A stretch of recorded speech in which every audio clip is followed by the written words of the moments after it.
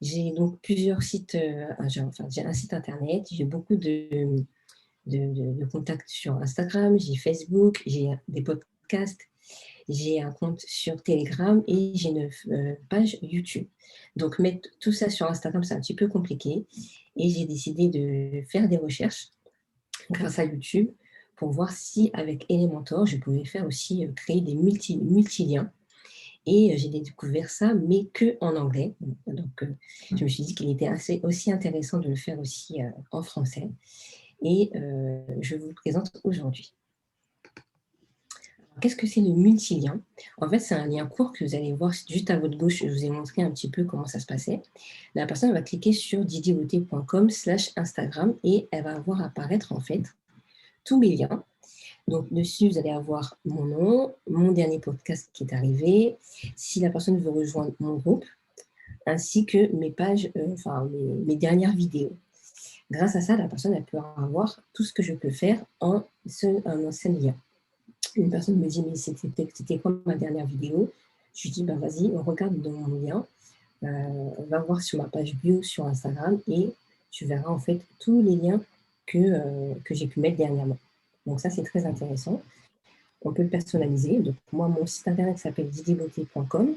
J'ai mis /Instagram. Vous pouvez mettre lien, vous pouvez mettre un peu ce que vous voulez pour vraiment le personnaliser et ne pas avoir un lien trop long. Le but, c'est d'avoir un lien très court pour donner envie aux personnes de cliquer. Alors, comment faire? Déjà, je vais créer une page juste à votre gauche quand vous allez sur WordPress. Et ensuite, on va ajouter une page neutre. Par la suite, moi, la première chose que j'aime bien faire, c'est tout de suite changer le permis par Mania. Moi, ça a été écrit 3900. Moi, je l'ai changé et j'ai mis, par exemple, www.didierbeauté.com/lien avec un S. C'est un lien hyper simple que vous allez personnaliser pour pouvoir donner à vos clients sur Instagram. Ensuite, à droite, on a une petite page où on va mettre un modèle. On va faire un modèle vraiment feuille simple, il n'y a rien dessus. Donc, tout ce qui est votre menu que vous avez fait en haut, vous ne l'aurez pas. Et aussi, la page du bas, vous ne l'aurez pas.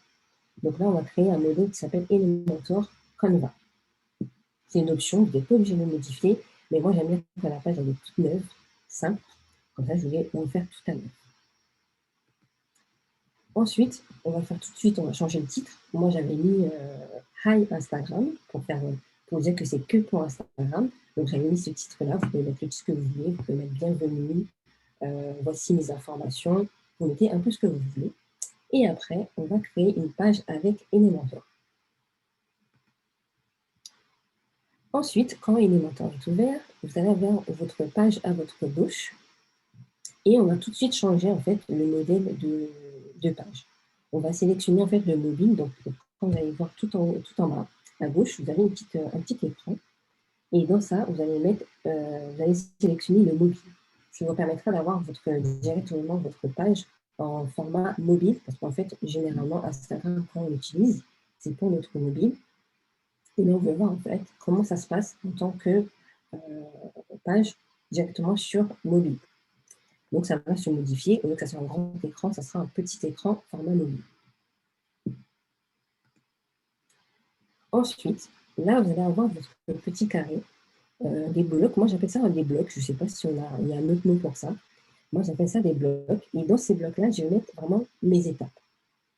Donc, je vais vous montrer un petit peu la vidéo, comment ça se passe, comment créer des blocs, si vous ne savez pas.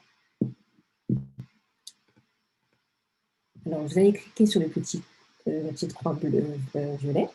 Et ça va vous donner un petit bloc juste au-dessus pour créer en fait toutes vos catégories de choses que vous allez mettre.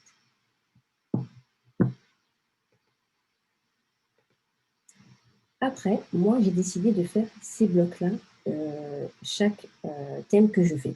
Comme on l'a vu, je suis sur Instagram, j'ai YouTube, j'ai un groupe Telegram, j'ai un podcast. Donc, en fait, mettre tout ça, ce sera beaucoup plus simple de les diviser par catégorie. Donc, le premier bloc que j'ai fait, c'est le podcast. Donc, j'ai mis le premier titre. Après, j'ai mis mon HTML de mon podcast. Et juste en bas, j'ai mis aussi la disponibilité de mon podcast, donc sur Deezer, sur Spotify, pour que la personne puisse savoir que mon podcast est disponible partout. Mais j'ai créé qu'un bloc. Dans les blocs, il y a le titre, la CLM et les titres pour dire où se trouvent mes podcasts. Le deuxième groupe, par exemple, c'est mon groupe de Telegram. Donc, j'ai mis aussi mon titre. Et en bas, j'ai mis aussi le nom le call to action pour dire que voilà, la personne peut me rejoindre directement sur le groupe. Mais c'est toujours un bloc. Je fais pareil pour mes présentations. Je me présente, je m'appelle Elodie, je suis coach de beauté. J'ai fait exactement pareil, mais j'ai fait aussi un bloc. Pour YouTube, c'est pareil. Donc, j'ai mis mon titre. Et en bas, soit vous mettez une vidéo, comme ça la personne elle peut voir directement la vidéo. Ça évite de faire cliquer la personne plusieurs fois. Les personnes n'aiment pas trop ça. Or que là, vous pouvez mettre aussi un call to action. Dernière vidéo, c'est ceci. Alors, pourquoi j'ai créé ces groupes-là? Je me rappelle que quand j'avais commencé à faire ça sur les mentors, j'avais vraiment galéré parce qu'en fait, je n'avais pas créé les blocs comme je vous ai dit avant. J'avais fait un titre, donc j'avais fait un bloc, mais pour tout. J'avais fait un bloc pour mettre le titre de mon podcast, le podcast. J'avais mis dans le même bloc, j'avais mis un titre pour mettre mon YouTube. J'avais mis ma dernière vidéo YouTube. Et quand je voulais changer mes pages, en fait, je me retrouvais à prendre et à copier en haut, mais tout en même temps. Donc, en fait, je perdais beaucoup de temps pour pouvoir faire bien mes catégories. Donc, quand je crée mon bloc, donc j'ai un seul bloc podcast. Si j'ai besoin de dire que aujourd'hui j'ai parlé sur ma story, que je vais faire une nouvelle vidéo, et ben, je peux déplacer ce bloc-là et le mettre en hauteur pour que la personne puisse directement atterrir sur ma dernière vidéo. Si dans une semaine, je parle de mon podcast et mon podcast se trouve en bas, je prends le bloc où il y a les 6 petits points et je le fais glisser en hauteur. Comme ça, la personne elle va directement atterrir sur le podcast. En fait, c'est un gain de temps. Je perdais au moins 10 minutes et là, en fait, je gagne au moins 10 minutes pour pouvoir avancer. Après, je pense que vous savez faire des call to action. Donc, dans mon blog, il y a mon titre. Et là, j'ai mis un bouton. Là, j'avais des rendez-vous coaching en décembre. Il y en a un qui est récurrent. Donc, en fait, ça peut se faire toute la semaine. Mais il y en a d'autres qui sont des dates. Il y a des dates précises. Comme le 19 décembre, j'avais prévu de faire un cours de maquillage. Mais c'était déjà prévu un mois à l'avance. Mais il n'était pas encore sorti. Il ne fallait pas que je dise que mon cours sortait le 19 décembre. Il fallait que j'attende peut-être le 1er décembre pour pouvoir le dire. Alors, ce que j'ai fait, j'ai créé un bouton. Et on voit la différence, c'est que mon premier bouton prendre rendez-vous est clair. Celui-ci sera visible pour mes clients. Mais les deux autres, le cours de maquillage et le secret seul, ne sera pas visible pour mes clients. Il sera visible que pour moi. Donc là aussi, je vais gagner du temps, c'est-à-dire je vais créer déjà mes boutons. Et après, quand il faudra que je le dise à ma communauté, et bien là, je vais directement leur dire, bon, ben voilà, je vais me connecter sur WordPress, je vais aller sur la page que j'ai créée pour Instagram, j'aurai juste à le débloquer et mon lien, il sera déjà créé. En fait, je gagne encore du temps. Je vais vous montrer comment j'ai fait. Donc là, on voit la différence, le côté grisé et le côté clair, beige. Là, je vais créer le bouton, comme j'ai dit. Là, vous avez une petite flèche bleue, un petit crayon bleu, pour pouvoir ouvrir justement cette petite fenêtre qui sera à votre gauche. Vous allez cliquer sur Avancer. Et dans Avancer, vous avez cette petite fenêtre un peu plus bas qui s'appelle Responsive. Et vous allez masquer en fait tout, que ce soit sur l'ordinateur, que ce soit sur la tablette et le mobile. Ce qui vous permettra justement de créer ce côté grisé, cours de maquillage et le cours de tresse, pour que ce bouton ne soit pas visible pour vos clients. Mais vous pourrez le réactiver, donc cliquez sur ces 3 boutons pour le réactiver et que là, vos clients pourront le voir lorsque ça sera prêt pour pouvoir le divulguer. Alors, comment ça se passe? Je vais vous montrer un petit peu la vidéo. J'ai fait les deux vidéos à côté. Alors, le premier téléphone à votre gauche, c'est celui qui va être pour les clients. Donc, ma page Instagram, elle est comme ça. Et celle de droite, ce sera votre page à vous quand vous êtes sur les mentors, sur WordPress, lorsque vous allez modifier votre page.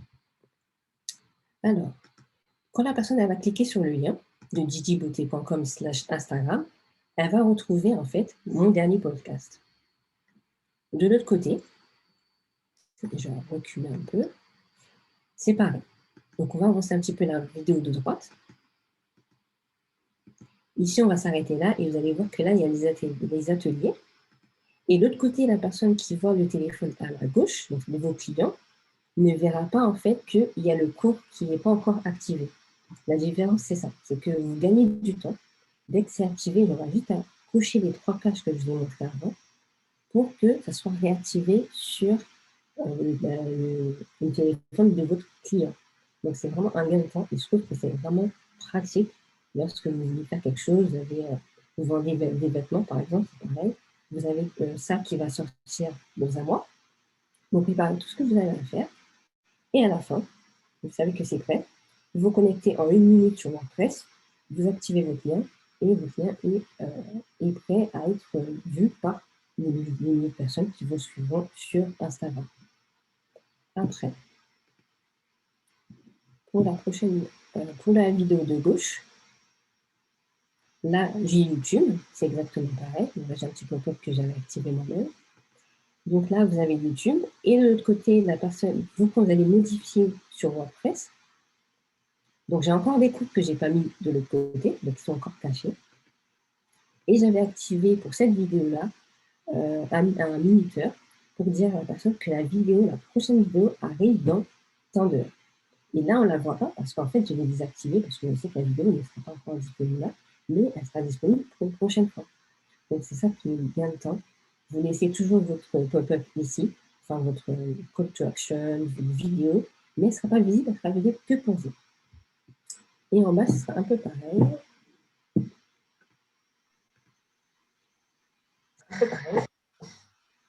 Là aussi, en bas, là, parce que le téléphone de gauche, il n'y a plus rien, c'est tout. La vidéo se finit sur ma dernière vidéo.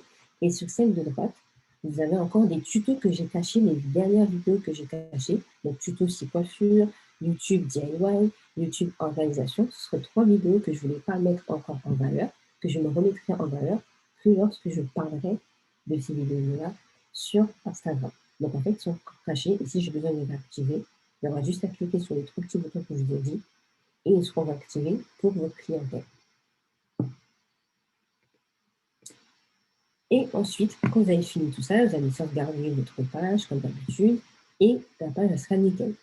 Juste, en fait, cette page-là, Instagram, elle sera une page en fait transparente. Il ne faut pas qu'elle apparaisse sur le menu de votre site internet. Donc, ça dépend. Il y a des personnes qui l'ont déjà désactivé, il y a des personnes qui l'ont déjà activé. Ce qu'il faudra faire, c'est aller dans votre WordPress normal, aller dans Apparence, dans le menu, et vous allez sûrement voir votre titre que vous avez fait tout à l'heure là.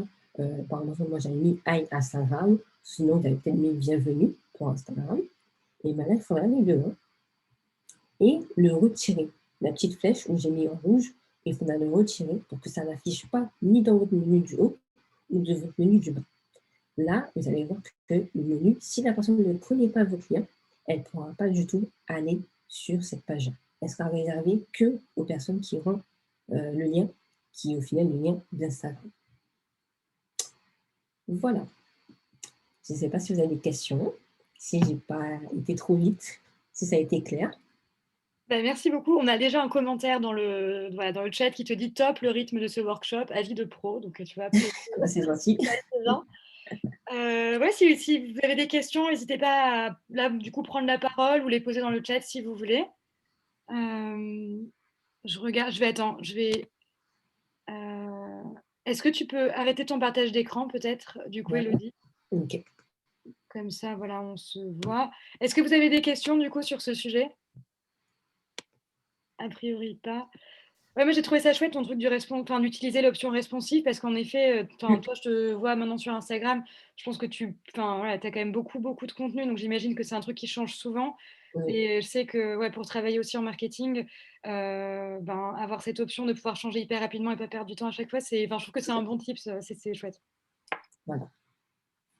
Alors, Dominique nous dit si je comprends bien, c'est une page sur le site web avec format Insta. Alors, c'est une page que vous allez créer en fait directement sur WordPress.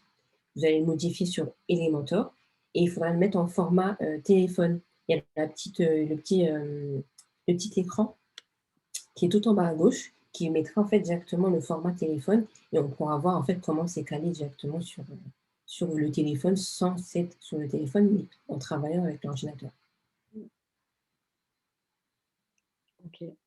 Est-ce qu'il y a d'autres questions? Non, bah dans ce cas-là, on va peut-être enchaîner.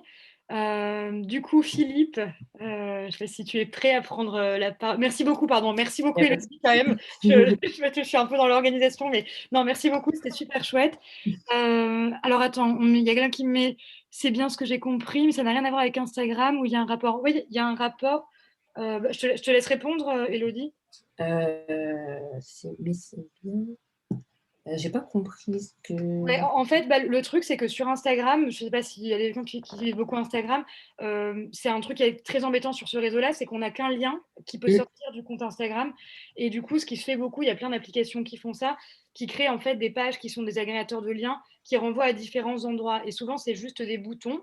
Et c'est vrai que là, ce qu'a montré Elodie, et en utilisant Elementor, en effet, c'est une page Elementor, mais qui est vraiment dédiée à ça et sur un format mobile. Et ça permet de changer rapidement ses contenus, d'avoir quelque chose qui est un peu plus riche en fait à présenter que juste des boutons, quoi.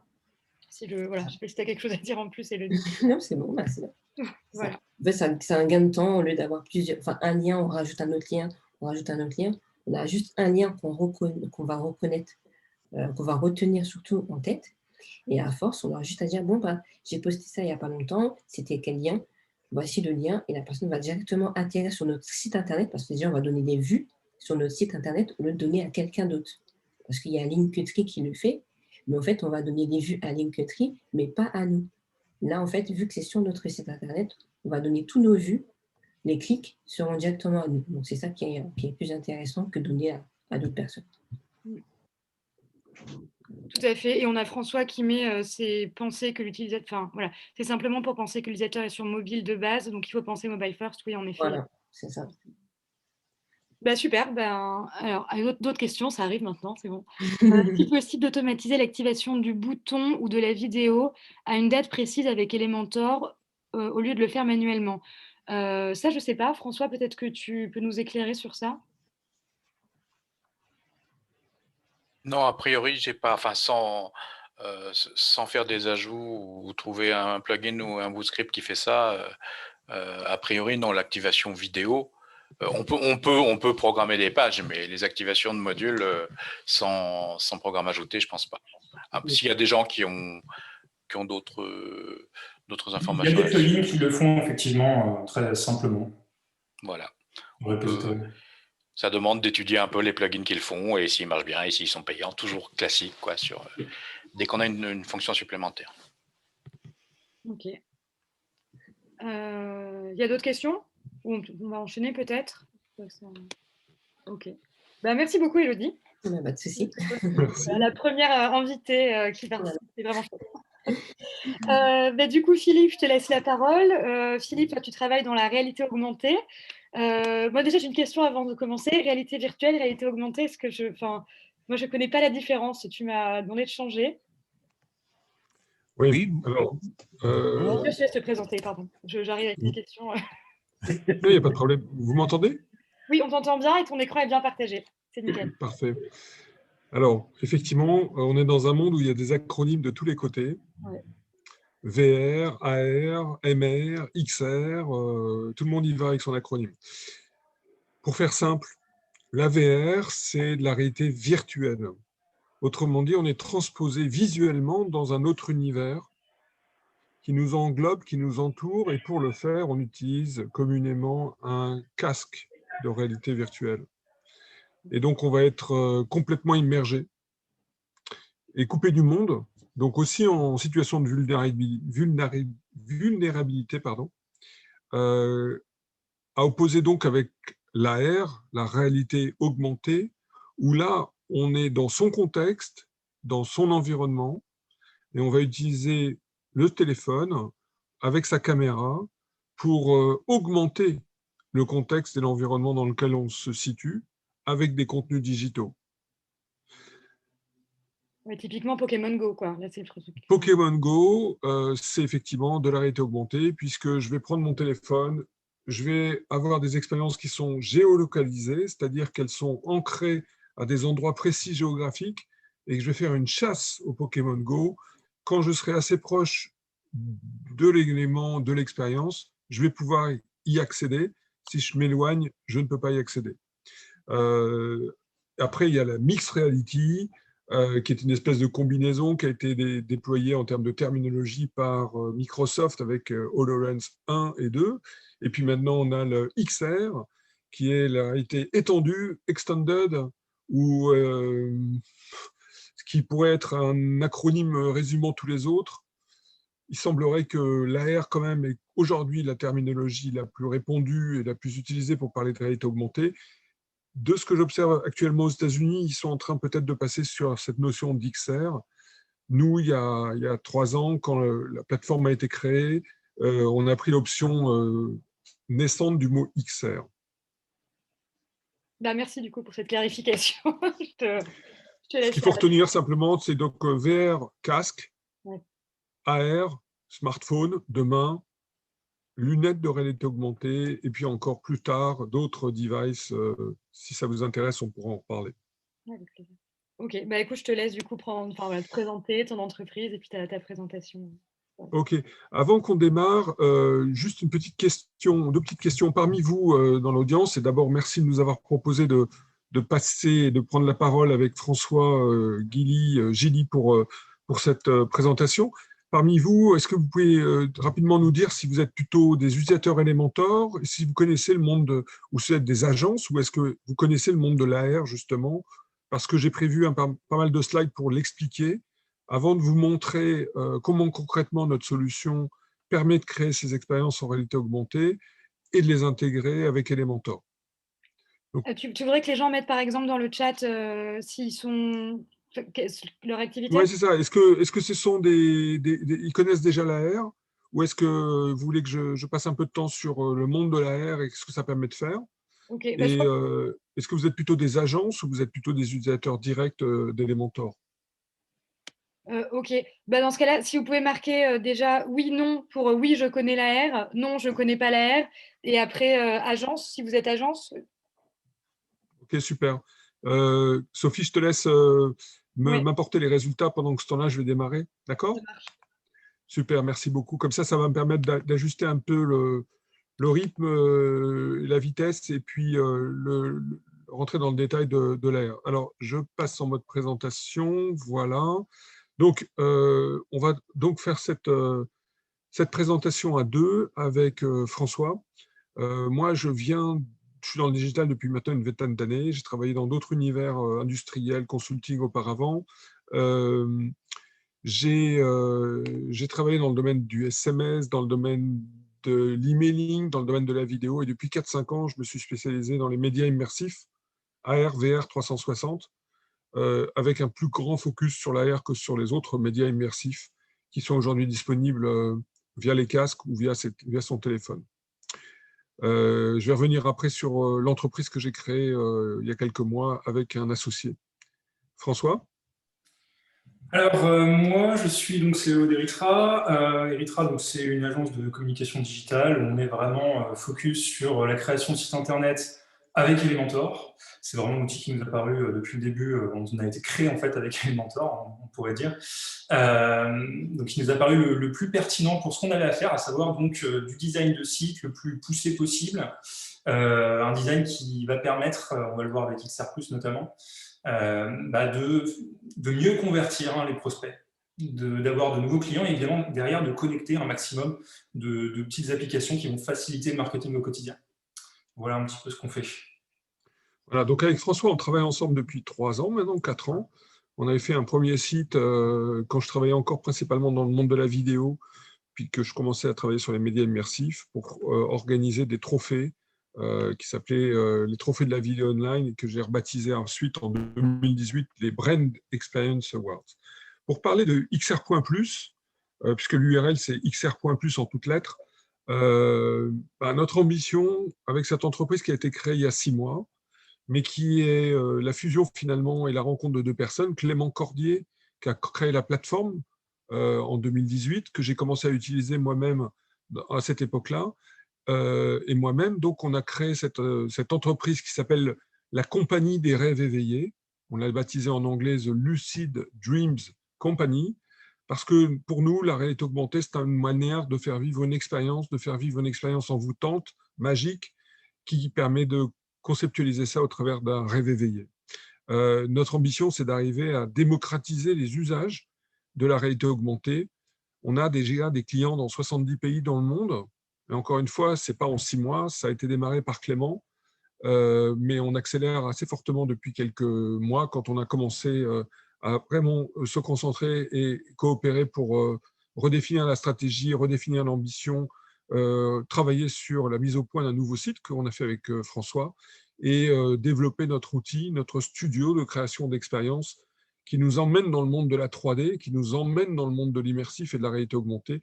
Et naturellement, je vais vous le montrer, vous faire une petite démo qu'on va essayer de rendre aussi interactive et collaborative que possible parce que ça a un côté assez surprenant. L'objectif derrière ça, c'est de donner du pouvoir à l'utilisateur final en lui permettant de simuler le monde, de simuler un produit avant de l'acheter, par exemple, ou de s'amuser, ou d'apprendre, ou de comprendre, parce qu'on est dans le monde de la 3D, et que le monde de la 3D, finalement, c'est le monde dans lequel nous vivons et que nous voyons les choses avec nos deux yeux. Depuis 40 ans, on nous montre au travers d'écrans le monde en 2D.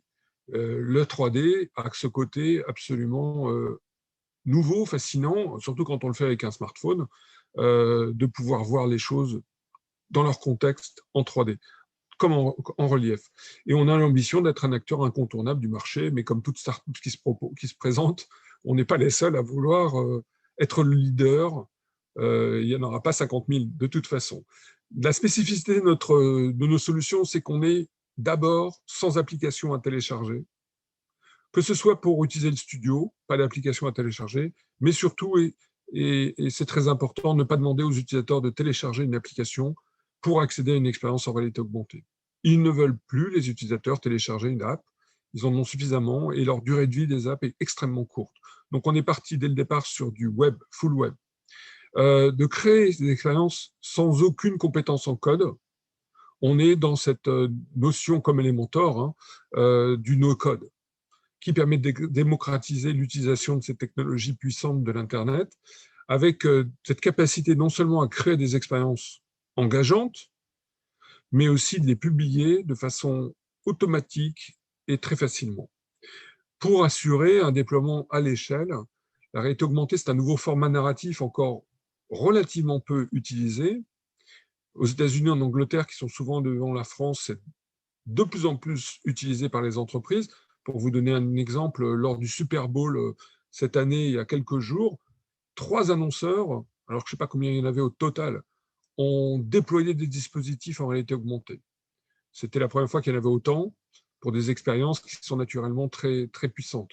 Comme on est sur le web, on a toutes les features qui permettent d'intégrer aux expériences de l'optimisation. Donc, on fournit des analytics temps réel et ça va être un moyen, comme on le fait sur des pages web, comme on le fait dans l'emailing, de faire de l'A/B testing, du dynamic content optimization pour optimiser la qualité de l'expérience pour l'utilisateur sur la base de l'observation. On fournit également des services et de l'accompagnement parce qu'il faut faire parfois les modèles 3D, il faut parfois travailler sur la stratégie, le storytelling, et on est dans une nouvelle grammaire. La réalité augmentée, c'est une nouvelle grammaire parce que au lieu de proposer un contenu comme une vidéo, et je viens du monde de la vidéo, j'ai passé 10 ans sur Internet, où on nous raconte une histoire qui a été shootée, qui a été produite, qui a été montée, pour nous raconter un format qui va générer de l'émotion, et de l'engagement et de l'attention, parce que l'image bouge, parce qu'il y a du son, parce qu'il y a de la musique, parce qu'il y a des hommes et qu'on s'identifie. La réalité augmentée peut mettre de la vidéo, mais elle va nous permettre de voir et d'écouter, mais aussi de jouer avec le contenu, de rechercher, on en parlait tout à l'heure avec Pokémon Go, faire des chasses au trésor, des visites avec des hotspots où on va trouver les expériences. Elle nous permet aussi de nous déplacer dans le contenu, de pénétrer à l'intérieur d'une expérience. Et donc, on va faire appel à des facultés proprioceptives qui vont au-delà de nos 5 sens en mettant en œuvre des capteurs que nous avons On n'a pas en fait 5 sens, on en a 12. Et je ne vais pas développer plus que ça aujourd'hui, mais on va être multisensoriel par nature pour créer cette magie, pour créer cet engagement. Ça va permettre aussi de visiter des lieux sans s'y rendre, évidemment. Ça va permettre d'interagir avec des produits pour en simuler l'utilisation, pour faire de l'essayage. Alors, on connaît tous le maquillage avec Modiface, L'Oréal, par exemple, qui est une entreprise qui a été rachetée il y a 2-3 ans maintenant, mais elle permet aussi de visualiser un meuble, visualiser une montre et de l'ancrer et de l'accrocher sur son bras. Elle permet d'expérimenter donc très facilement et aussi elle permet ce format narratif de communiquer dans le contenu pour être à plusieurs dans une expérience. Finalement, moi qui ai maintenant un peu 20 ans dans le web, dans le digital, les années 2000, c'était l'ordinateur avec l'email et le SMS. Dans les années 2010, ça a été le mobile qui est devenu le premier mode d'accès avec la vidéo et les applications mobiles. Les années 2020, la décennie qui vient de démarrer, le mobile devient vraiment parfois le seul moyen d'accès utilisé pour accéder au contenu, et la réalité augmentée, l'un des formats nouveaux qui vient compléter les autres pour permettre de créer une expérience qui soit désirée, qui permet aux entreprises de vendre plus, mais aussi de vendre mieux. Si je peux valider que le produit que j'envisage va bien dans mon contexte, je vais notamment éviter tous les frais de transport, tous les frais de retour qui coûtent une fortune aux entreprises, mais aussi à la planète.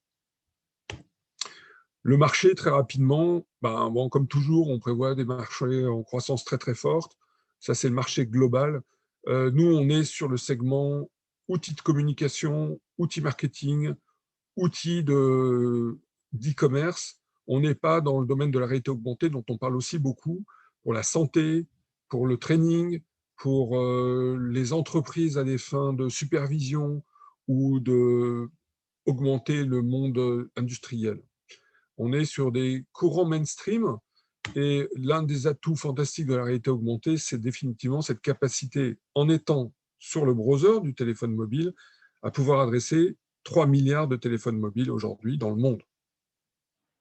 3 milliards, alors que les applications ne peuvent pas atteindre ce chiffre-là. Même les applications comme celles des réseaux sociaux, Facebook, Instagram, Snapchat, TikTok, WeChat, qui ont intégré de la réalité augmentée, qui en ont même fait leur cœur d'activité comme Snapchat, c'est déjà considérable évidemment, peuvent atteindre 1 milliard d'utilisateurs.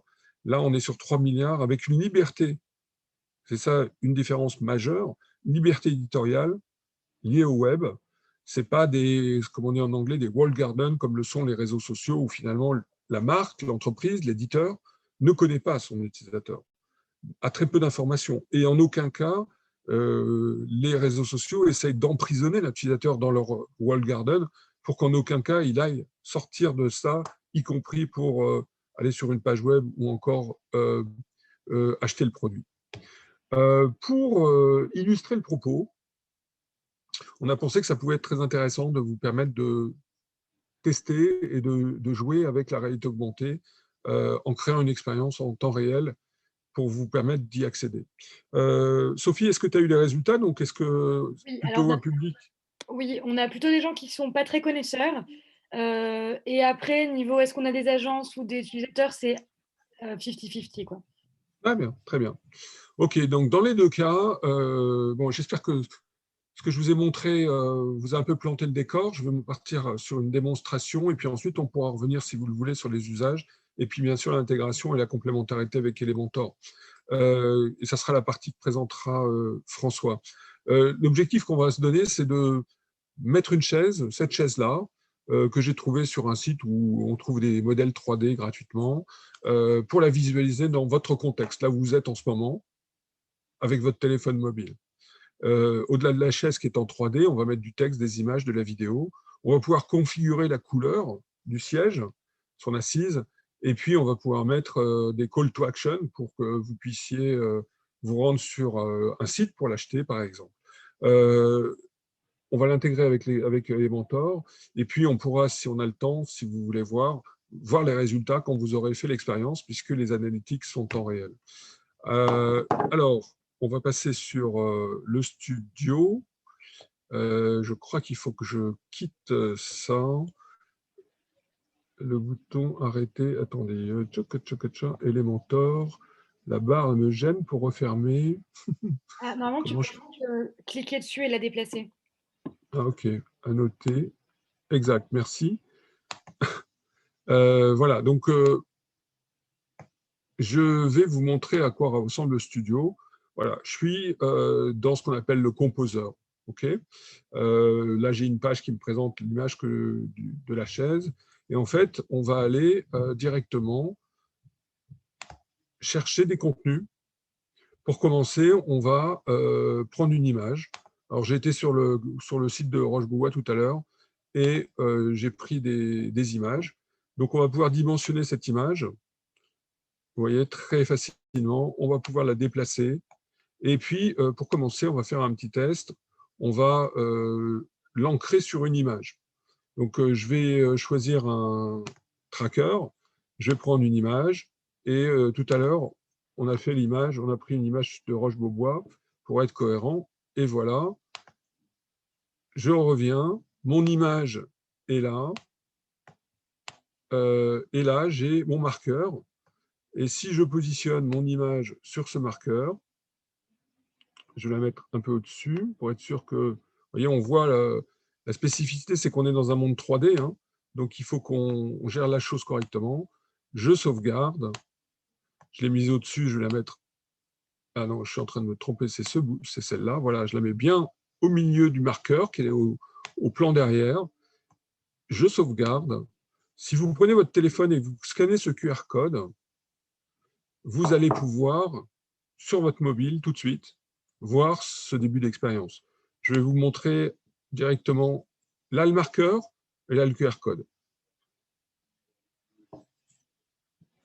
Dites-moi si vous le faites, parce que si vous ne le faites pas, je vais avancer. Hein. Alors, moi, je le fais. Les gens le font.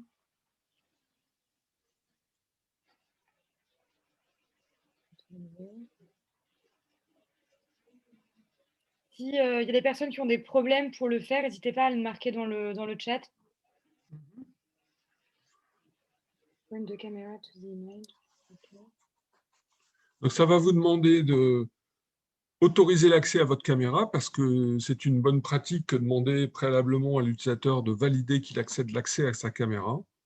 Et vous devriez, en visant avec votre caméra cette image de Roche-Beaubois, qu'on appelle un marqueur, voir l'image que j'ai placée dessus. Ça fonctionne ou pas? Ça fonctionne. Moi, ça fonctionne chez moi. Je ne sais pas si les autres participants, est-ce que vous avez essayé? Est-ce que ça fonctionne? N'hésitez pas à le marquer dans le chat. Voilà, donc vous voyez, donc simple, rapide, je mets une image sur mon marqueur. Mais seulement, j'ai envie de mettre d'autres choses. Donc, je vais retourner dans ma librairie d'assets, d'éléments. Bon, je peux aller en chercher directement sur mon ordinateur. J'ai des boutons qui me sont mis à disposition. Pour aller plus vite, j'ai déjà préparé un certain nombre de contenus. Donc, j'ai pris une vidéo toujours sur Roche-Beaubois, là, et je vais l'intégrer à mon expérience avec le son en boucle, et je la rajoute. OK, elle arrive là. Je vais la positionner correctement pour l'emmener ici, là. On va la mettre pour l'instant ici. On va la mettre beaucoup plus grande. Je peux aller beaucoup, beaucoup plus grand si j'ai envie. Hein. Je peux faire vraiment très, très grand, pourquoi pas. Puis, je vais rajouter d'autres éléments, et notamment ma chaise, parce que c'est quand même l'objectif.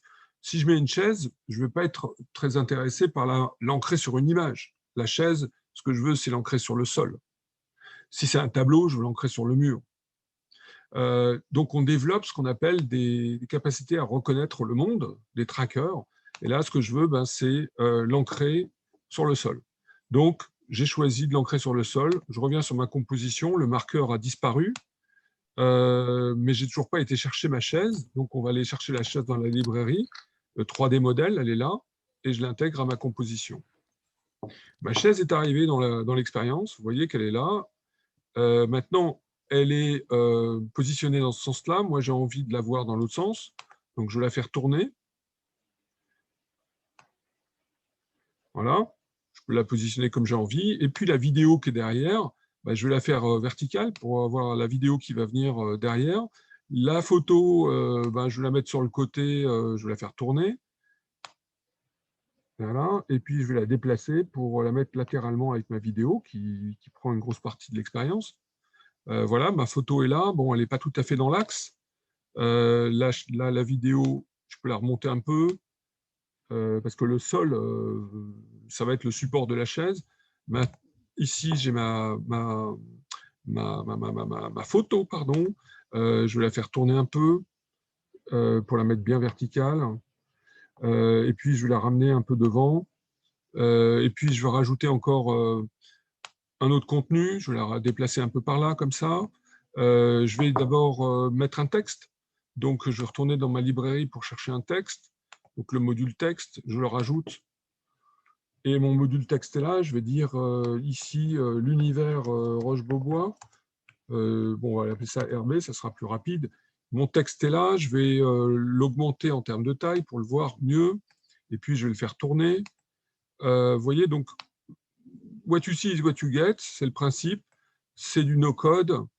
Et je suis en train d'amener mes éléments dans mon expérience.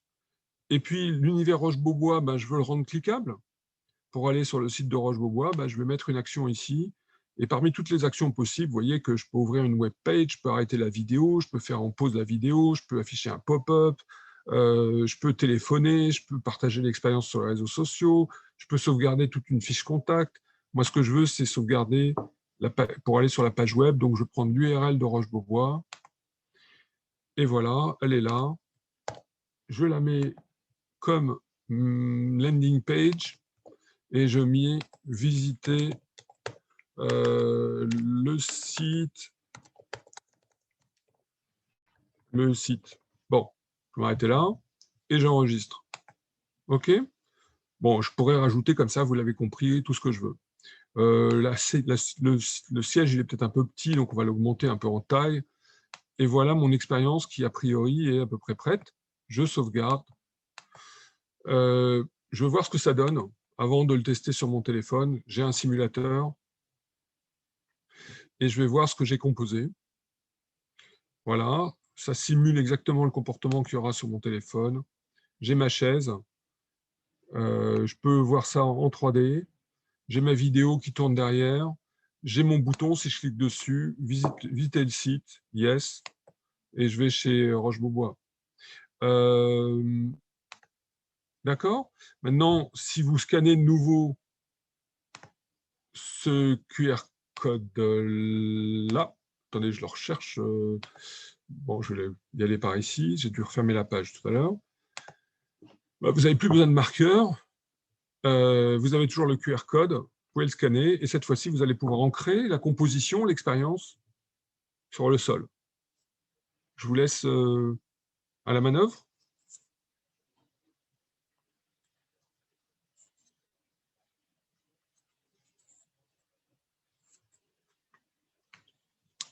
C'est bon? Moi, c'est en cours. Je sais pas pour les autres.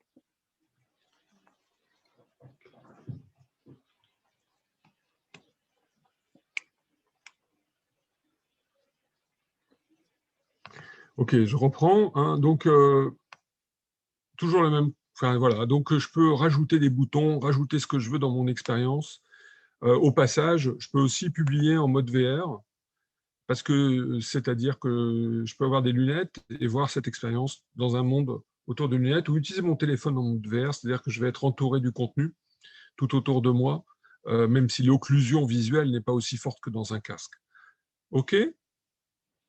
Alors, j'ai beaucoup de possibilités, et notamment parmi ces possibilités, je peux choisir différents modes de player, mais je peux aussi intégrer ça avec mon site internet. Et pour ça, je vais aller sur External Website. Je vais pouvoir l'intégrer sur mon site web, quel que soit le domaine name. Pas besoin d'être sur XR+. Évidemment, les marques, les entreprises veulent publier sur leur propre site les expériences, mais je peux aussi trouver ici un embed code qui me permet de publier ça sur n'importe quelle page web. Donc, j'ai par naissance la nécessité d'être multi multi-channel, multi-support de communication, le QR code pour le monde physique, mais un code embed HTML qui me permet d'être intégré à un site web, à un site mobile, voire même à une application native mobile où la page HTML va se jouer dans mon application. Mais là-dessus, je vais vous montrer comment on intègre avec Elementor sans difficulté. Si je regarde les statistiques, on va voir combien vous avez été. Eh ben, on en est à 36 vues. Et vous voyez qu'on a 36 vues, mais je peux retirer combien de sessions, combien d'actions. Et en termes de temps passé, on est à 231 secondes de session moyenne. Donc de l'ordre, pour ceux qui ont fait l'expérience, vous étiez 36. 2 minutes, presque 4 minutes pour cette session. On voit que Scan the Marker, 13 clics, Share, 4 clics, 15 personnes à Paris, 4 à Lyon, 2, je ne sais pas où, 2 à Noisy-le-Grand, 1 à Bordeaux, 1 à Cagnes-sur-Mer, 1 à Chalon-sur-Saône. OK ? Voilà une rapide présentation de la plateforme qui est donc aussi facile que possible pour créer ces expériences et les publier. C'est impressionnant. Alors, je vais aller vite sur les usages, sauf si vous souhaitez que j'y passe un peu plus de temps, parce que là, c'est une expérience assez basique, mais néanmoins, hein, c'est pas si simple. C'est quand même un truc un peu nouveau. On voit les choses en 3D, donc il est utile d'avoir des éléments 2D et 3D. Les usages, par exemple, pour vous donner quelques campagnes, alors évidemment, c'est parfois pour des grandes marques, ici Adidas, c'était il y a déjà 2 ans, ce qu'on appelle le unboxing. Sur ma boîte de livraison de la paire de chaussures, un marqueur qui était le logo XR+, un QR code, et je vois sortir la chaussure de la boîte en réalité augmentée, en 3D, dans une petite animation sympa. 120 millions d'expériences réalisées. 120 millions. Bah, c'est Adidas. Hein. Plus récemment, en Angleterre, une expérience faite pour Burger King avec un rappeur connu. L'expérience, je vais vous en montrer une petite partie, je l'ai enregistrée. Bah, je scanne le QR code, la vidéo, j'active ma caméra, le contenu se charge, j'ancre ici sur une table, et le burger apparaît en 3D avec le chanteur qui nous raconte, qui fait son petit show. Ici, on est sur un hologramme, c'est-à-dire, je vais couper le son. On est sur un hologramme, c'est-à-dire que une captation volumétrique, on peut parler aussi de vidéo volumétrique, qui permet de faire tourner le hamburger, de faire tourner le chanteur, de tourner tout autour de lui, et il est en 3D. Enregistré, bientôt en live. OK ? Ici, ça c'est une expérience qu'on a déployée en Afrique du Sud pour le lancement d'un nouveau téléphone mobile. Voilà, je vois le téléphone en 3D, j'ai ce qu'on appelle des hotspots dessus. Je clique sur le hotspot, je vais avoir des informations sur des points particuliers du téléphone. Je vais pouvoir aussi enregistrer la photo, la vidéo, faire un selfie et le partager sur les réseaux sociaux. Vous voyez, donc je manipule le contenu très facilement en réalité augmentée, sans avoir rien à télécharger. J'en parlais tout à l'heure, le Virtual Try-On de maquillage. Je reconnais un visage, je suis capable de changer les lunettes, la coiffure, le rouge à lèvres, les boucles d'oreilles, les colliers. Je suis capable donc de reconnaître et augmenter. C'est la définition que j'ai de la réalité augmentée. Je reconnais un pied, je suis capable d'y mettre une paire de chaussures pour simuler le produit. Je reconnais un immeuble, je suis capable de l'augmenter d'une expérience avec mon téléphone. Le champ des possibles n'est pas illimité, mais très très large, puisqu'on combine le monde physique avec le monde digital pour raconter et faire vivre une expérience. Finalement, le monde qui nous entoure, il est composé d'êtres vivants, les êtres humains, mais aussi les animaux, les objets et les lieux. Et on va donc reconnaître ces éléments et en ajouter les mêmes en digital pour permettre de l'engagement, de l'interaction et par certains cas, dans le domaine de l'e-commerce, de la simulation pour faciliter la décision d'achat. C'est aussi pour ça que la réalité augmentée connaît un tel engouement aujourd'hui, parce que les gens peuvent plus, vont plus dans les magasins, et finalement, je peux créer le magasin chez moi, ou j'amène le produit directement chez moi, comme vous l'avez fait avec la chaise.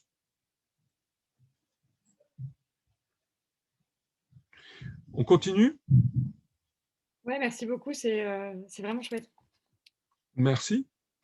Si vous voulez, on prendra toutes les questions à la fin. Je passe la main à François sur la partie Elementor. Pourquoi on a pris Elementor et comment on intègre sur le site XR+, mais aussi, donc, c'est un peu notre site de test pour nos clients, comment on peut s'intégrer facilement avec un site web. François ?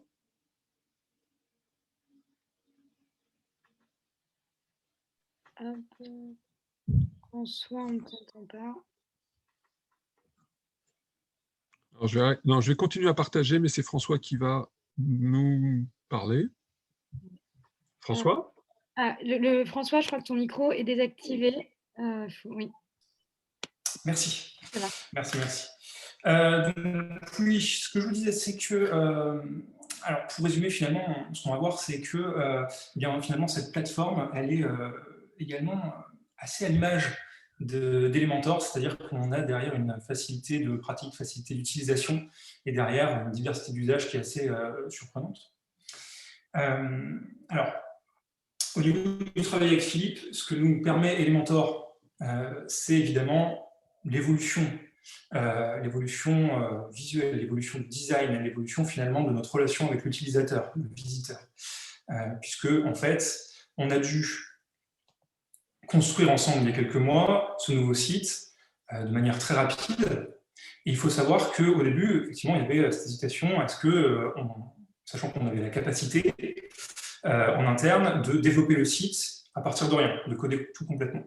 Mais évidemment, le choix d'Elementor nous a paru évident, tout simplement parce que c'est le seul qui peut permettre à notre équipe marketing tout simplement de faire évoluer ce contenu, que ce soit graphiquement, que ce soit au niveau des messages, pour coller au mieux à nos prospects. Sachant que c'est quand même un travail qui a demandé du temps, qui demande toujours du temps, d'ailleurs, puisqu'on est en phase d'ailleurs d'analyse des heatmaps, donc des cartes de chaleur pour ceux qui ne connaissent pas, qui permettent justement cette analyse de la manière dont nos utilisateurs, nos visiteurs vont appréhender notre contenu. Donc voilà, c'est ça qu'on est en train de faire en ce moment. Et c'est un travail assez long, mais sur lequel il faut être très réactif. Parce que justement, là, vous voyez différents contenus qui finalement synthétisent les possibilités technologiques ainsi que les usages qu'on peut avoir sur la plateforme. Et comme vous l'avez vu d'ailleurs pendant ce meet-up, on a quand même un propos qui est assez complexe, qui pour les non-connaisseurs peut être assez rude. Et donc nous, notre but, c'est par le design grâce à Elementor de, prendre la main de l'utilisateur et l'accompagner, faire de la pédagogie pour qu'il comprenne au mieux ce qu'on lui propose de faire, comment on lui propose de le faire. Voilà. Avec un design assez poussé, on essaie de transmettre également à cet utilisateur une sorte de, on va dire, de douceur. C'était le principe sur lequel on était parti au départ, puisque donc avec les couleurs et avec l'agencement, on doit transmettre cette facilité d'utilisation finalement de la plateforme. Voilà.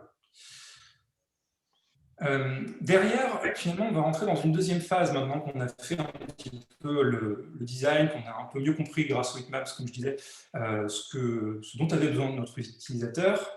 Maintenant, on va rentrer dans une deuxième phase, je dirais la phase un peu plus agressive, à savoir la phase vraiment où on va chercher le prospect. grâce aux publicités, ce qu'on appelle le lead nurturing, c'est-à-dire effectivement multiplier les points de contact sur les réseaux sociaux ou ailleurs avec nos utilisateurs. Et donc, dans un premier temps, ça va se passer notamment avec Google Ads. On va avoir à créer des publicités qui vont être le plus pertinentes, les plus efficaces possibles pour convertir ce prospect en utilisateur de la plateforme, puisque vous avez vu que le but, c'est de leur proposer d'essayer la plateforme. Puisque, comme on vous disait, elle est simple il n'y a pas besoin de code, donc voilà, tout le monde peut essayer. Et donc, vous le savez, pour ceux qui ont déjà touché un peu Google Ads, c'est quand même compliqué. Ça peut être très, très cher comme campagne. Et donc, il faut vraiment rentabiliser sa campagne. Et Elementor nous permet, en étant capable, comme ça, jour après jour, d'optimiser sa page de capture. Donc, vous le savez, sur chaque page de capture, on a comme ça des call to action. Et c'est eux qui vont faire finalement basculer, avec les explications qui sont autour, le visiteur en prospect qualifié, puis en client derrière. Donc voilà ce qu'on va faire grâce à Elementor. Et également, pour ceux qui ont un peu plus touché à Google Ads, vous connaissez le principe peut-être des coûts par clic. À chaque fois que le visiteur va cliquer, vous payez. Quand on va un peu plus loin, quand on a assez de données avec Google Ads, eh bien, on va avoir le coût par action, c'est-à-dire une sorte de bouton qui va être traqué par Google Ads, via Elementor toujours, et qui va permettre derrière à Google Ads de dire « Ok, il a bien cliqué sur le bouton, il est temps de vous faire payer puisqu'il est devenu un de vos prospects qualifiés ou un de vos clients. » Voilà, donc tout ça, évidemment, la facilité de mise en place d'Elementor nous le permet et on ne pourrait pas le faire aussi efficacement avec nos équipes marketing sans Elementor, ça c'est certain. Maintenant, il y a autre chose qu'on fait de plus important avec Elementor, c'est tout simplement l'impression, la création finalement de notre expérience sur Elementor. Et donc pour ça, le studio nous fournit tout simplement ce qu'on appelle un embed code que Philippe va aller chercher. Voilà, donc je prends cet embed code, je le copie. Et donc j'ai intégré sur cette page de démo du studio qu'on a fait tout à l'heure avec François. Enfin, c'était évidemment, comme vous le savez, un jeu d'enfant. On a intégré un container HTML dans lequel j'ai plus qu'à coller mon HTML de XR+, et voilà, ma chaise est arrivée. Je sauvegarde, et si je vais sur la page de visualisation, mon expérience est live. Donc, directement, évidemment, ce que j'ai dans mon expérience, ici, c'est ma cover, c'est pour ça que je n'ai pas tout le décor, c'est-à-dire cette image-là, que je peux créer facilement avec Project Cover. Si je la modifie là, évidemment, ça va la modifier dans ma page.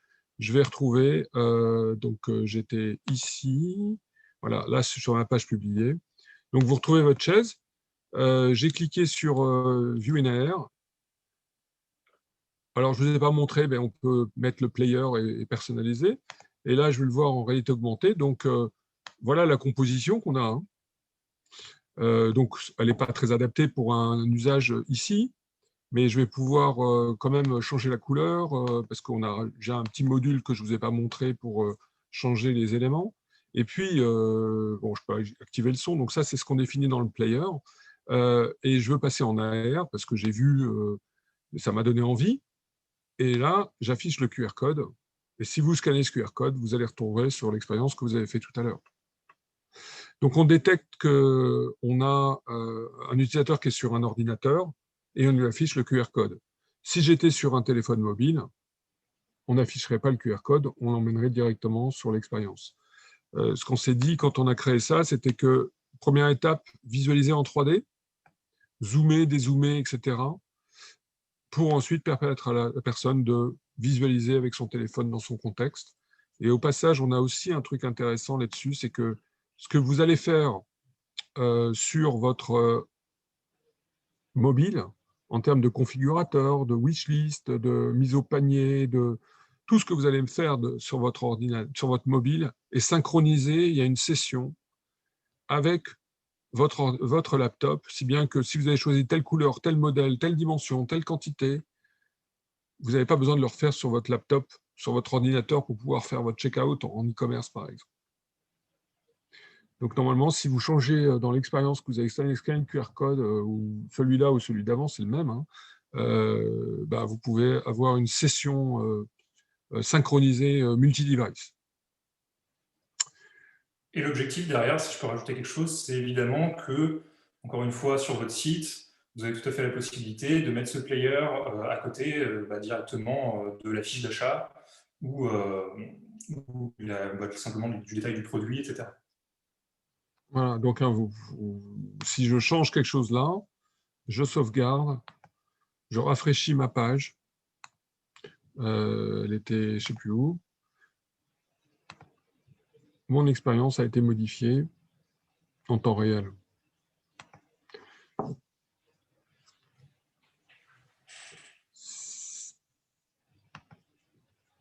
Voilà, on voit que la vidéo maintenant est sur le côté. Hein. C'est la magie. Moi, ça continue à me fasciner. Mais voilà. Voilà quelques mots sur la réalité augmentée, le studio, l'intégration avec Elementor. Donc, voilà les éléments qui étaient de nous permettre, qui étaient présentés par François, le copy-paste HTML. Merci de votre attention et évidemment, toutes les questions sont bonnes à prendre. Ouais, merci beaucoup. Je pense qu'il y aura des questions. En tout cas, c'est hyper impressionnant et merci pour cette démonstration en live, quoi. On voit bien à quel point c'est facile, quoi. C'est super. On a déjà une première question. Je vous propose aussi, si vous voulez ouvrir vos micros, là, Dominique, si vous voulez ouvrir votre micro et parler aussi, il n'y a pas de... Enfin, vous pouvez, hein. Je ne sais pas ce que vous préférez, je ne le vois pas. La question, c'est comment prendre une photo en 3D de notre produit? Alors, il y a des applications mobiles, il y a des entreprises qui développent des scanners pour faire des objets volumétriques à partir d'un appareil photo.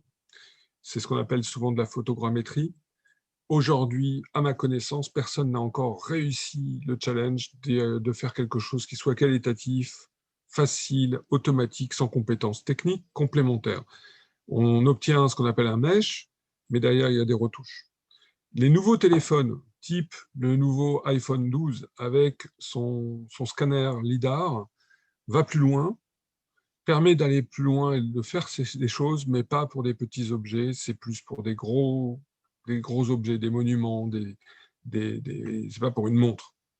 Nul doute que c'est un point de passage, ça va être un game changer, le passage à la 3D et la démocratisation de la création de modèles 3D par le end-user ou par une entreprise facilement à moindre coût. Aujourd'hui, pour avoir quelque chose de correct, on passe encore par des artistes 3D et un travail semi-automatisé. Voilà, il y a quand même pas mal d'apps, même gratuites, qui permettent, même pour des débutants, de commencer à designer des produits en 3D. Voilà, il y a par exemple, comment ça s'appelle, Sketch. Il y en a un plus développé. Comment il s'appelle déjà ce logiciel? Blender, Maya. Blender, très connu.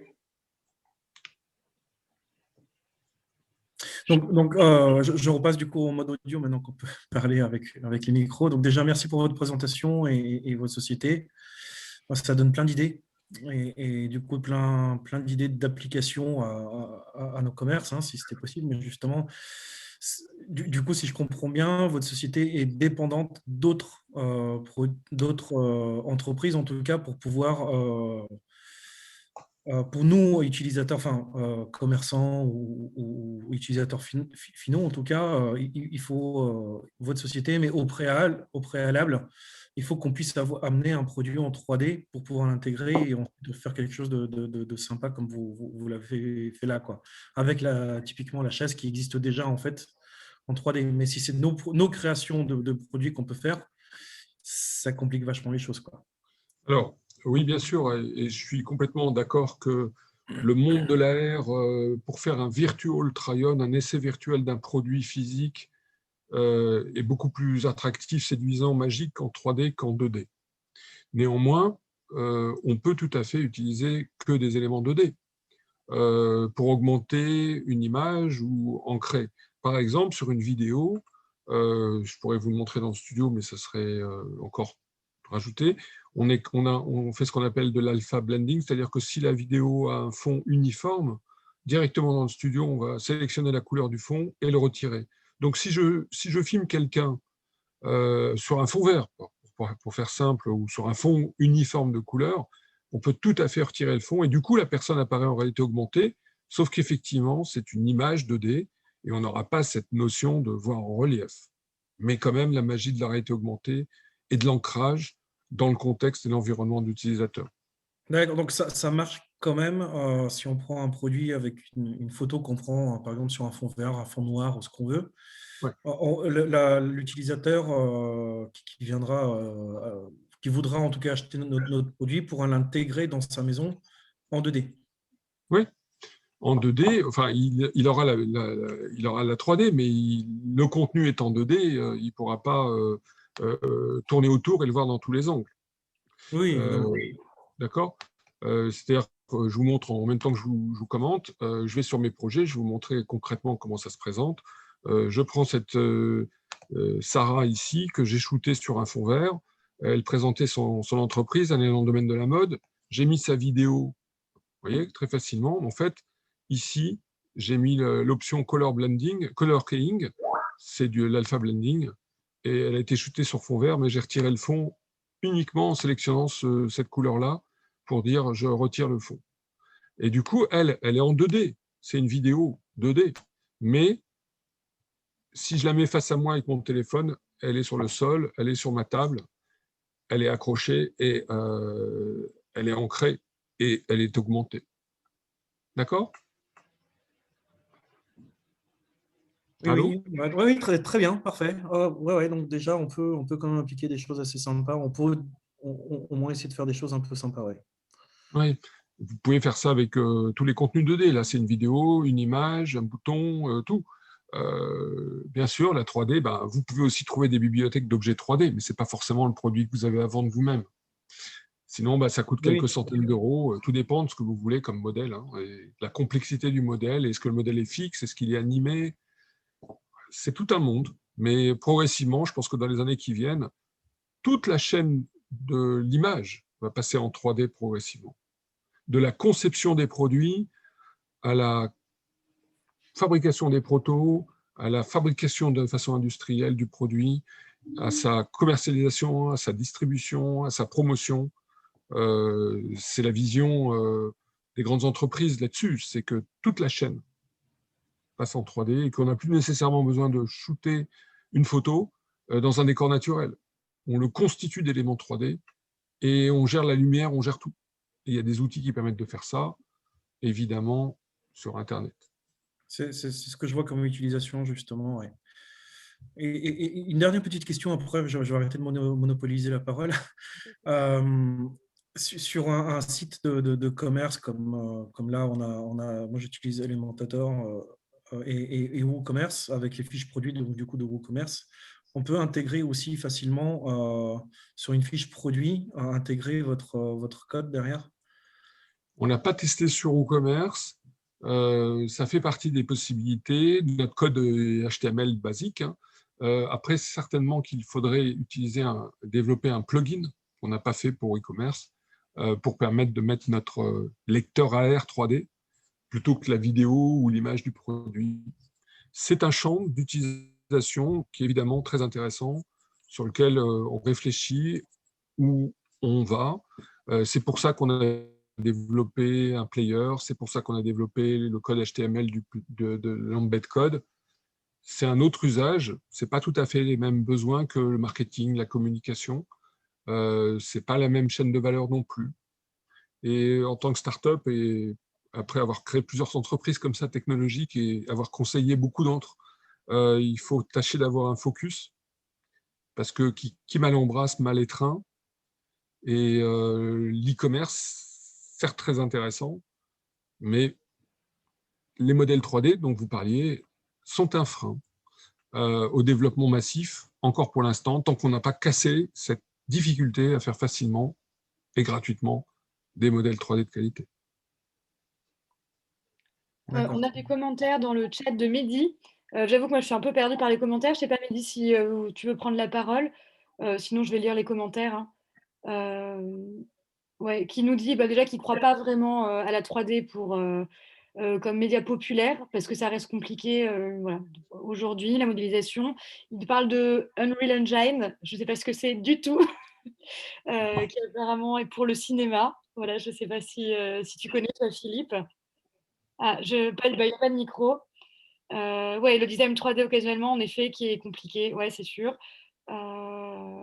C'est pas une chose qu'on fait tout seul. Ouais, après, peut-être que ça démocratisera aussi les prix si ça devient des technologies plus. Ouais. Oui, on est au début d'une histoire, on est au début d'une vague de fond, je pense, la réalité augmentée existe depuis 40 ans. Hein. Ce qui est nouveau, c'est qu'on peut y accéder avec son téléphone mobile sans avoir rien à télécharger et que des outils no-code permettent de créer ces expériences et de les publier. Cette vague de fond ne va pas remplacer tous les autres formats narratifs. Elle va venir proposer des nouvelles façons et fournir des services que je crois irremplaçables et incontournables, encore faut-il en avoir besoin, pour simuler le monde et l'augmenter, pour des usages qui apportent d'abord de la valeur à l'utilisateur final et qui lui rendent le contrôle sur ce qu'on lui présente en lui permettant de vivre une expérience.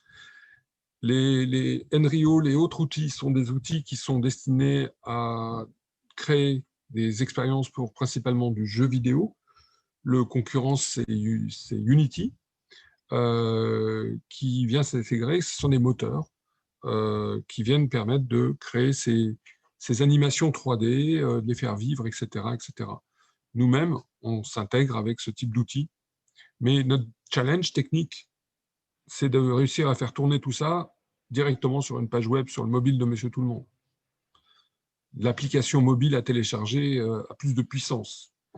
Elle prend beaucoup plus de temps. C'est donc un process avec un point de friction. Si c'est pour un usage occasionnel, no way. Donc, c'est pour ça qu'on est parti sur le browser. QR code, embed code, en avant.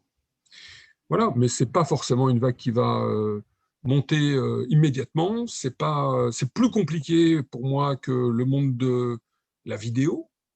Tout le monde savait ce qu'était une vidéo avant de pouvoir le voir sur Internet. La vidéo, on avait notre caméscope, on n'appelait pas ça de l'UGC, mais ça en était. On voyait de la vidéo à la télé, on avait des films au cinéma. Finalement, le succès de la vidéo, moi j'ai commencé dans la vidéo en 2006, donc au début de YouTube, Dailymotion, tout ça. C'était qu'une transposition sur un nouveau device via un nouveau réseau, Internet, d'un contenu qui existait. Là, c'est un nouveau format narratif, donc plus compliqué.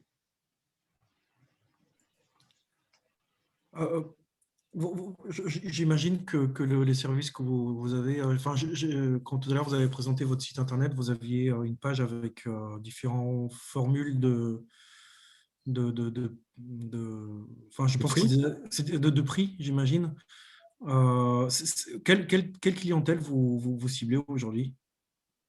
Nous, on prend tous les gens qui veulent travailler avec nous. On essaye d'être ultra compétitif et bon marché. Notre vision, c'est que avec le web, on n'a pas besoin d'être dans chacun des pays pour avoir des entreprises. Si on a un bon outil, un bon pricing, une bonne stratégie, un bon positionnement, qui peuvent acheter full web. D'où l'importance d'un studio qui soit aussi facile que possible à utiliser. Pour vous situer, en fait, c'est un travail depuis 6 mois permanent. Nos clients sont principalement des agences au passage. Hein. Les marques, même les grandes marques, ne vont pas utiliser ce type d'outils avant longtemps. Même dans la vidéo, elles n'ont pas utilisé des plateformes professionnelles, ce qu'on appelle des online vidéo plateformes, parce qu'il faut avoir une compétence technique vidéo, même si les plateformes font le job, pour créer tout ça. Donc, je ne pense pas qu'il y en aura des tonnes qui vont aller en direct, elles vont passer par des agences. Notre clientèle, ce sont des agences marketing, communication, activation, aujourd'hui qui sont dans tous ces pays, 70 pays dans le monde. On a aussi quelques marques. Écoutez, il y a 2 semaines, il y a une entreprise russe qui a acheté une licence après avoir testé l'outil, et ils ont acheté une licence, c'était 5 000 € la licence pour 12 mois. Néanmoins, parce qu'on est historiquement dans des pays émergents, parce que notre vision, c'est d'arriver à démocratiser partout dans le monde, le prix de la solution est de 95 € par mois. Donc, ils ont pris une licence pour faire 20 projets avec plusieurs millions de vidéos vues, enfin, pas de vidéos d'expérience. Notre prix, que je communique plus sur le site, parce que justement, je préfère comprendre qui sont les besoins et comment on les satisfait, c'est 95 € par mois pour 1000 expériences. Vous en voulez 1 million, ça ne va pas vous coûter 95 €, parce que nous, notre vision, c'est que notre succès doit être apporté par le succès des expériences que notre studio permet de créer. Et on a même une licence qu'on est en train d'expérimenter, parce que je me dis que même un petit créateur, même une petite entreprise qui a besoin de 100 expériences, 95 € par mois, c'est trop cher. Ça ferait quand même 1 € l'expérience. Est-ce que c'est rentable, 1 € l'expérience délivrée? Pas forcément. On a une licence où tout est gratuit et on n'achète que le trafic. Donc, c'est 120 € les 1000 expériences. 12 cents une expérience. Pas de licence à payer, pas de monthly fee, pas d'abonnement. Vous achetez 1000, 2000, 3000 expériences et vous pourrez payer en ligne et manipuler le studio avec toutes les possibilités qu'il offre. Donc voilà notre vision stratégique au niveau du pricing pour rassembler la plus large communauté d'utilisateurs dans le monde. D'accord. Cette dernière licence me plaît pas mal parce que moi, je vois tout à fait l'utilisation que je pourrais en faire. Nous, on est, pour information, hein, on a une petite société, il y a un salarié, hein, donc c'est ma femme qui bosse dessus. On a démarré il y a 6 mois, on fait 2000 € de chiffre d'affaires par mois. Donc, vous imaginez bien, avec les charges et tout ça, c'est tout petit, on démarre à peine. Mais elle crée de la décoration, donc des tableaux végétaux, des choses comme ça. Et c'est très dur pour les clients qui sont sur Internet d'imaginer une création qu'elle peut avoir faite chez eux. Et votre solution, je la trouve parfaite pour justement pouvoir découper, faire une image même en 2D d'un tableau, que quelqu'un puisse scanner un QR code sur le tableau qu'il choisit, de l'intégrer chez lui dans son salon, quoi. Je trouve ça tout simplement génial. Vraiment, de pouvoir faire un truc comme ça, c'est top. Philippe, tu peux peut-être laisser ton contact dans le chat, comme ça les gens l'auront. Parce que je pense que là, il va falloir qu'on arrête la conversation. Ça fait 1h30. Ouais, est-ce que tu as accès au chat? Tu le vois ou pas? Ouais, je suis dessus là. Ok. Voilà. Laisse ton François, contact avec nous. Je pense qu'il y a plein de gens que ça va intéresser éventuellement d'en savoir plus. Si jamais, voilà, peut-être éventuellement revenir à un autre meet-up pour parler d'un sujet, peut-être voilà, à préciser une question. Voilà. Merci beaucoup, c'était super intéressant de voir à quel point ça s'intègre facilement, de voir comme c'est facile à faire. Voilà, c'était notre premier meet-up avec des invités, ravis de voir la qualité des interventions, vraiment merci beaucoup. Voilà. Ouais, je ne sais pas si tu as vu. Merci beaucoup. François, tu peux mettre aussi ton email dans le chat. De toute façon, vous avez sur la description de l'événement, sur le meet-up aussi le lien du coup de XR+, je pense qu'il y a ton email, Philippe, sinon je vais le rajouter. Et vous avez aussi du coup quand même Elodie, que je ne vois plus, je pense qu'elle est partie. Ouais. Vous avez aussi le contact d'Elodie si vous souhaitez la contacter. Voilà. Ok, super. Merci beaucoup et à votre disposition si on peut coopérer pour démocratiser ce nouveau format. Avec grand plaisir, c'était super intéressant et on vous souhaite voilà, beaucoup de réussite et beaucoup de succès dans ce beau projet. Merci beaucoup. Merci François. Merci à tous, au revoir, à la prochaine.